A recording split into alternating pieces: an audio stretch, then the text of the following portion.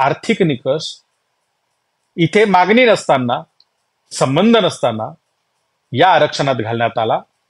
म्हणजेच एससी आणि एसटी समूह जो इथल्या व्यवस्थेमध्ये शिरण्यासाठी आरक्षणाचा उपयोग करून जातोय, जो शिक्षित झाला, आरक्षणामुळे त्याला शिक्षण घेता आलं, आरक्षणामुळे त्याला प्रशासनात जाता आलं, आरक्षणामुळे त्याला लक्षात आलं की आपले किती हक्काधिकार आतापर्यंत डावलले गेलेले आहेत, त्याने त्याचा समाजाला जागृत केलं आणि तो आता तिथे पोहोचण्याचा प्रयत्न करतोय.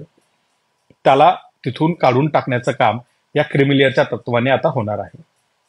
मग याचा विरोध वंचित बहुजन आघाडीने केला की क्रिमिलेअर आरक्षणामध्ये आम्हाला मान्य नाही, कारण ते मुळात घटनेच्या मूलभूत तत्वांना धरून नाही. क्रिमिलेअरचा संबंध काय येतो इथे? पण त्याच्या उलट पक्षी असं झालं की काँग्रेसने सर्वोच्च न्यायालयाच्या या निर्णयाचं स्वागत केलं.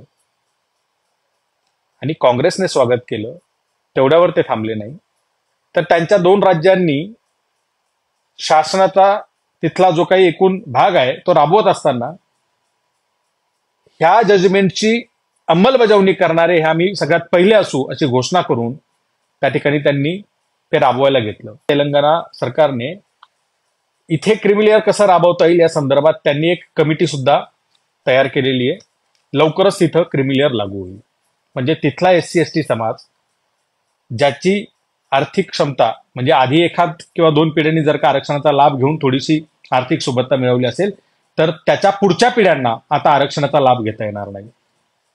ते आरक्षणाच्या कक्षेच्या बाहेर फेकले जाणार आहेत. जेव्हा काँग्रेसने ही भूमिका घेतली त्यावेळेला सगळ्यात आधी म्हणजे लक्षात घ्या, इलेक्शन झाल्यानंतर आम्ही काय सकाळ संध्याकाळ उठून काँग्रेसवर चढत नाही, त्यांच्यावरती टीका करत नाही, त्यांना काय आम्ही नावं ठेवत नाही. तर त्यांनी या पद्धतीची भूमिका घेतल्यावर आम्ही काँग्रेसला विरोध केला. आम्ही काँग्रेसला काही प्रश्न विचारले